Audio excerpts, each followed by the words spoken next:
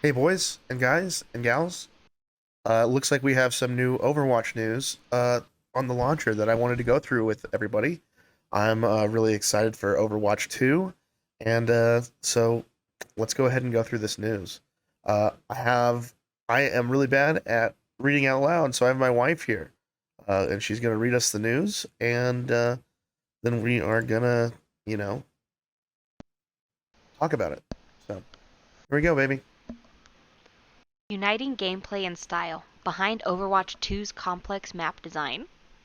There are many questions the team keeps in mind when creating a new Overwatch map, but ultimately, we want the art and aesthetic of any given map to add complexity and depth to the gameplay. We have made some changes to the maps to reflect broader Overwatch 2 shifts. One example includes adding cover to existing Overwatch maps to accommodate having one less tank. Another example includes the new daytime and nighttime cycles that make certain areas easier Ooh, or more difficult to see, that's and gonna be it sick. gives an overall different vibe to each map. This design philosophy and development inspiration is seen throughout the four new Overwatch 2 PvP maps debuting in the April 26th beta test: New Queen Street in Toronto, Colosseo in Rome, Midtown in New York City, Oh and shit. Circuit Royal in Monte Carlo. We're gonna get to play in Midtown in New York City. Holy shit! That looks like it's in Rome, right? That's the Colosseum, right? Oh yeah, you don't want to talk in the actual. So this is the new Rome map. It looks like that's gonna be dope. So we're actually gonna see like night and daytime shifts in game. I'm pretty sure that's gonna be so cool. I can't wait.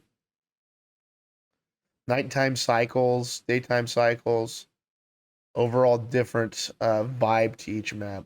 I like that. I like that they've always had a really nice vibe. Like Dorado, I think is the map in Overwatch. The vibe in that map is so good. So hopefully they can do the same kind of thing and implement the new system as of day and night and stuff into that's gonna be awesome. All right, here we go, baby. New Queen Street and Colosseo are the first maps for the Overwatch 2 core game mode push. Players will begin their match on opposite sides of the mirrored map and meet in the middle to push the robots forward to either end of their opposing paths. Most of the goals for these maps align with the goals of the game mode. Push is inherently faster paced than other game modes like Control and Escort, says game director Aaron Keller. He goes on to describe the push maps as a little more porous, meaning it's easier for flanking. You need to watch multiple locations. Huh? A little more easy for flanking. Is that what he? So it's easier for flanking. I don't know. Overwatch is already pretty easy for flanking. It feels like. So if they're gonna meet with only having five um characters on each team, that's gonna be a massive difference. So you're gonna have to like choose. And I think up here maybe they said that you have to have one tank. I don't know how the old like how they're gonna actually do like implement the rank systems, like what the meta is gonna be if they're gonna make you do like tank. So but that'll be interesting to find out. And I'm definitely down for more flanking routes, especially as a Reaper fan. And this looks like the other part of maybe the Rome map, the, the Fury Imperial. Damn, I like these little carts. They're cool. All right, let's go on. Because push maps are symmetrical, there are several design choices that differentiate opposing sides of the map. We wanted to make subtle changes, like one half of the map having cooler tones and the opposite being warmer. You will notice that the signs, storefronts, and aesthetics are unique to each side, says art director Dion Rogers. The team utilizes these design choices to add visual cues that clarify and enhance the gameplay objectives of Push. Nice. So push. So you're gonna be pushing toward. It's like almost like a tug of war match. I'm pretty sure is what push is. So that should be really interesting as the new game mode. Both because both push maps are symmetrical. Our several design choices differentiate opposing sides of the map. We want to make subtle changes, like half the map having color tones, on the opposite side being warmer. That's so crazy. Dion Rogers, the team utilizes these design choices to add visual cues. That's pretty. I love visual cues, especially when you get like hit a point or something. Like when you in uh in that map that you have to break through I think it's Ardenwald or something called. I forget what it's called. I think that might be actually a WoW map. Uh, but the actual thing like breaks through the door as you're going into the castle. I think that's so cool, man. That is so cool. And if we can have more stuff like that happening all over the map, it's awesome. All right, and then we have this kind of looks like Volskaya, maybe somewhere in Russia.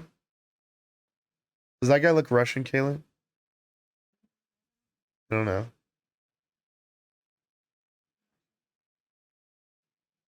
And this looks like Cobra HQ. Holy shit! So wherever this is the Cobra HQ. It looks like it might be in Volskaya. You may recognize this development strategy in other game modes: Circuit Royale, the new Escort map, and Midtown, a hybrid map.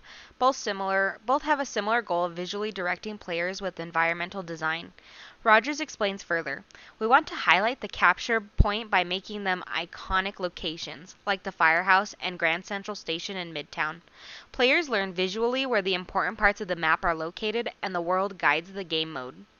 This guidance can lead players to capture points or to point to other points of interest, like Circuit Royale's uphill switchbacks, where it's imperative to work with your team to shift the power balance in game. Switchbacks are like chokes in the sense where they encourage tension and instigate team fights," says Rogers. "A united team can get through this area, but it requires you to work together." Huh.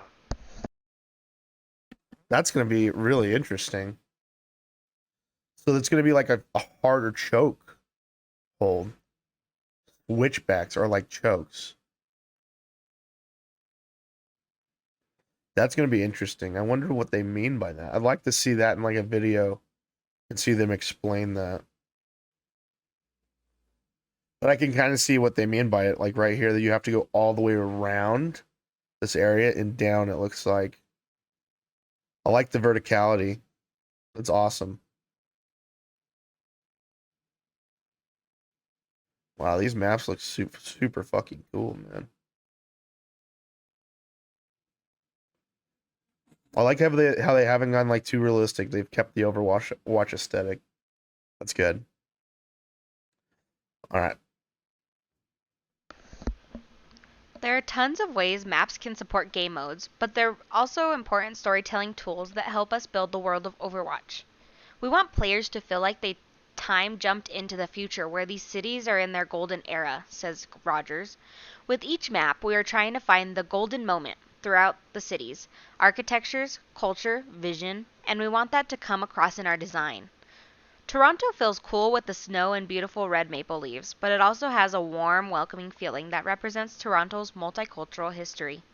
For Circuit Royal, the art team leaned heavily into the opulence of Monte Carlo's expensive architecture and prestigious races that the city is known for. This is where the super wealthy go to play and watch AI compete in the races. Colosseo in Rome draws the themes for the Renaissance as well as gladiators from the ancient Rome. New York has the sweeping skyscrapers and draws inspiration from Art Deco style. Damn. They're getting deep on this. I love this picture right here. It reminds me of like being a kid. I don't know if you guys ever had like oh, what was it called? Rescue Heroes, man. Rescue Heroes. That looks like something straight out of that show. I love this photo right here, man. Looks so good. I'm really excited after after hearing all this.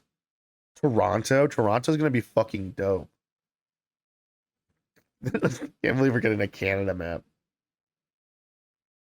This is like a subway in a metropolitan area. Damn.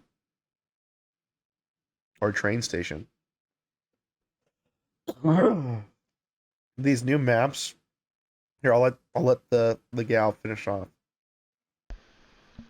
These new maps and features are still a work in progress. We'll be closely watching how players engage with these new locations and game modes during the April beta to consider further adjustments. We can't wait to show you more.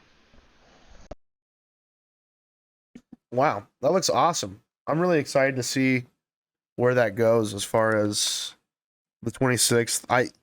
I doubt I signed up for the beta. I hope I get in, but I'm not planning on it. I'm actually really excited to maybe be one of the only watchers this time and get excited about the game while everybody's, the first people are getting to play it. But you never know. Maybe I'll get in and we'll be able to have some fun on the 26th. If not, we'll probably be watching some other streamers or something on this channel. So yeah, I'm excited for Overwatch 2. Kaylee, thank you so much for reading that for us. It would have been a lot rougher if I had done it. So thanks. And guys, we'll see you next time. Bye.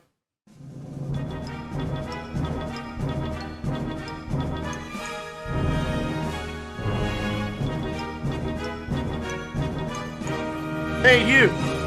You're not subscribed. Why not? Please subscribe. See ya.